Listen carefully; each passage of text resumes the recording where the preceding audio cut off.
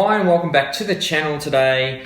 Today's video, I've been asked by a few people on my Facebook page and the Instagram page just to run through, obviously because I have a lot of remote control cars and they're wondering what do I use for radio, what do I use for servos, and what do I recommend for both sort of intermediate and beginners coming into the hobby.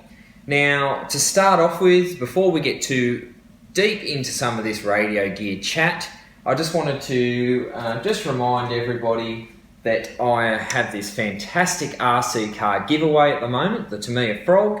So as you would have seen, you've seen the how to win video, you would have seen the build video, you've seen the paint and decal video, and obviously that 4K run video is coming very, very soon. So I'll just leave that in the background there, but don't forget to enter that giveaway. Very, very simple to win, and all the details will be in the description down below. So back to what we're here for today, servos and radio gear. Now, there's a whole host of different products, different price ranges, and quality versus, everything out there on the market.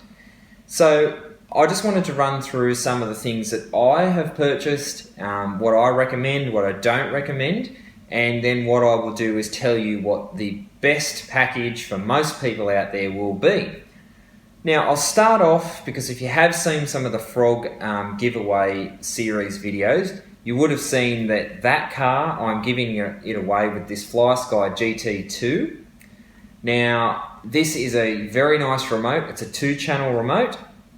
I think it's around that $50 to $60 on eBay, and obviously we're in Australia, so that's Australian dollars. It's got a lot of adjustability in the back here, and I'm pretty sure you can bind multiple receivers, but obviously you can't preset them like you can on the FS-GT3. So that's a really nice 2.4 gigahertz radio system. So I do recommend that for anyone that is new to the hobby. Now, while we're talking remotes, we'll run through these and then I'll get to some of the servos that I'm using. So the next step up in the Flysky range is obviously the FS-GT3C. Now, this is a fantastic remote and I'll tell you my verdict on this at the end. This is a 3-channel system. And you can program 10 cars into it and you can name the cars. There's a lot of adjustability, a little bit fiddly to work and get used to, but once you get the hang of how to use it and the functionality, fantastic remote. This is really good for anyone who plans to expand their collection because obviously the receivers are dirt cheap and I think they're around about 12 Australian dollars delivered to the door. And they're dirt cheap and you can put them in all your cars, program 10 cars into this, and that's a fantastic remote. So another option that you can get, we'll stay on the digital stuff, is you can buy these complete packs from Futaba. Now this one here is the T2HR. Now, fantastic remote, comes with a receiver, 2 servos, and obviously the remote. Now I picked this one up on sale, I think through Crazy Hobbies at Sydney. I think it was $89 delivered to the door. Fantastic value and a great remote there for the beginners. So I highly recommend that. And obviously price point, because if you are buying a car, you're going to need a receiver and you're going to need at least 1 servo depending on whether you're vintage or modern day speed control. So that's a great package for a beginner out there. While we're talking Futaba and digital, they also bring out this T3P RKA. Now, this is also a 3-channel. It runs the same receiver as the other one that I just showed you. This one's obviously a pistol grip, whereas this one is a stick style. Now, I do enjoy using stick. That's why I bought it, because I do plan on putting that in a car. This one's obviously pistol grip style and it's a lightweight controller, so is the other one, so I recommend that to anybody. Obviously got all your adjustment points and whatnot as well, so good remote. let's get on to some of the older stuff that you may find when you're buying an old car online. So you're going to get these older 2.29 megahertz radio systems. Now this one here is a Futaba, and it looks very similar to the new digital version, and I really like that, and that's because I bought this to put into a modern day build of a vintage car, because I used to run that same car with this remote, and that's why I purchased this, just to keep it new but still with that old look. Now this, obviously functionality on these is quite limited compared to the digital stuff, but they do work great, and they the only issues you'll find with these is your range may be less than a modern day radio. You may get some interference, but if you're using them in wide open spaces, you should be fine. The other thing obviously is the crystals. They can break over time, so I do recommend upgrading to a digital system, but like me, I do have some old vintage cars that I still run the analog setups in. Now, another remote that you may find if you've bought things online is these fine spec Tamiya remotes. Now, they're a basic remote. They've only got steering trim, throttle trim, and reverse servo sensor on them. You don't have any steering rate adjustment, which is quite, it's a really basic radio, but still, it's a great radio for someone just starting out. I wouldn't recommend buying one new because they are about triple the price of, say, the top of the range Flysky stuff. So I don't really think they're worth the money, but definitely something that you can use, and I've got a few of these because they just came with some ready-to-run cars that I'd purchased and stripped out the radio gear, running gear, and sold the chassis on. So that's another option that you can get if you've found some of those. What else have we got? So let's talk about servos now. Now, for majority of people who just want to go down the park and have a little bit of fun with a remote control car, some of the standard servos like these Futaba S3003 and these Sanwa 102 servos, now they're older style servos, they're analog, but they still do work on some of the modern radio gear fine, and I run these still in a lot of my older cars without any problems, and I think you can even still buy the Futabas, and I think they're about $15 each. So they're a cheap servo, but obviously they're plastic geared, and if you're doing a lot of off-road or jumping or heavy use, I probably wouldn't recommend that, but like I said, light use in some of your older vintage cars, more than acceptable. Especially in your two-wheel drive buggies, where obviously you don't have a lot of weight through the front steering, they're a fantastic option, and you probably will collect a lot of those through buying and selling cars, because I think I've got about 20 of them. Now, let's look at obviously digital servos.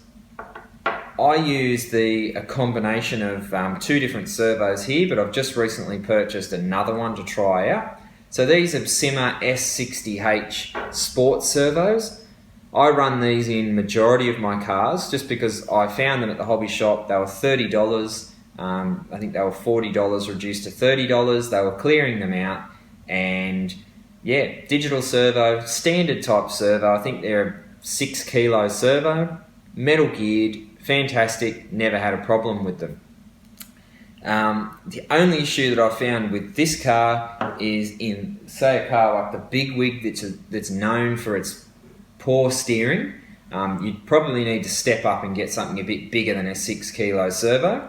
But the Big Wig there, I'm actually running one of those servos and it's fine. A new servo that I've just purchased one of them to give them a go, and I was actually quite happy with it, so I purchased another 4 of them, was these DS digital servos, 25 kilo. Now, they're on eBay for $25 each, and I think the more you buy, the more discount you get. So they're fantastic. I've just put one of those into a Fire Dragon that I run a lot, and blown away with it. It's fast, It's fairly silent, and I would actually say that it's a better servo than the Absima standard digital servo. So yeah, very, very happy with that. And I know that some other people out there on some of the other channels also run these in more of their basic cars. And the other one that I have here is this Racing waterproof digital servo. Now this is sort of for people that have probably got a crawler, but I do find I have centering issues with this servo. Don't know why, but yeah, that was in the $40 range. Wouldn't really recommend anyone going out there and buying something like that over the $20 DS servo.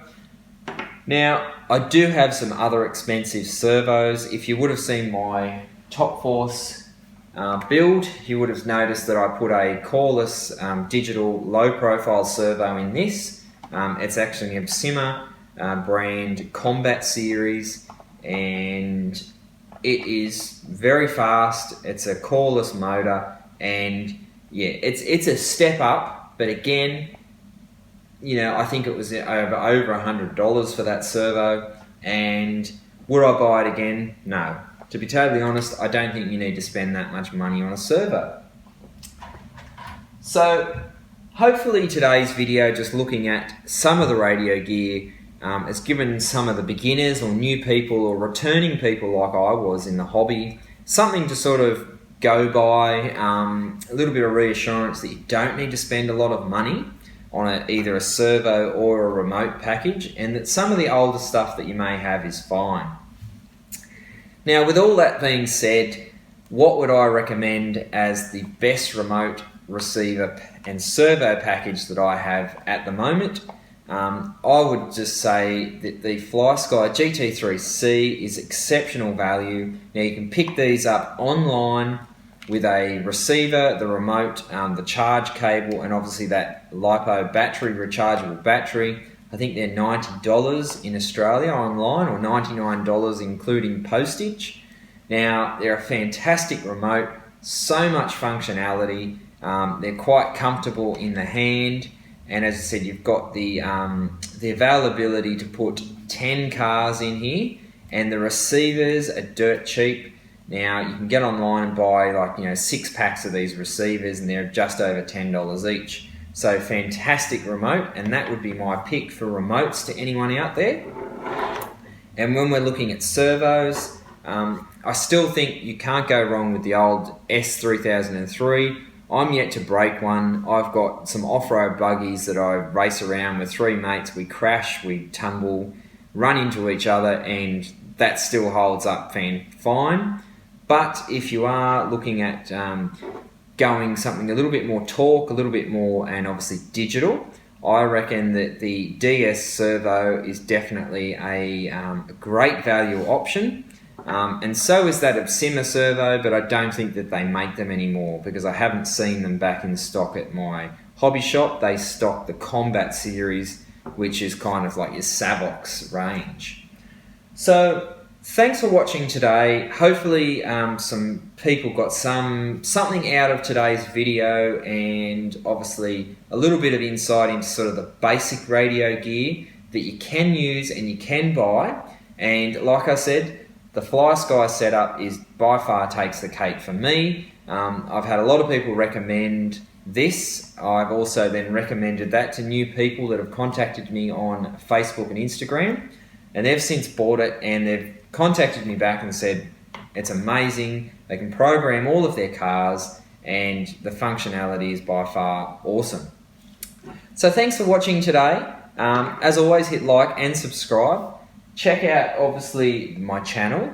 You can head over to Facebook and Instagram, and obviously get involved and get into that RC car giveaway, because that is a fantastic prize that I'm giving to a lucky subscriber.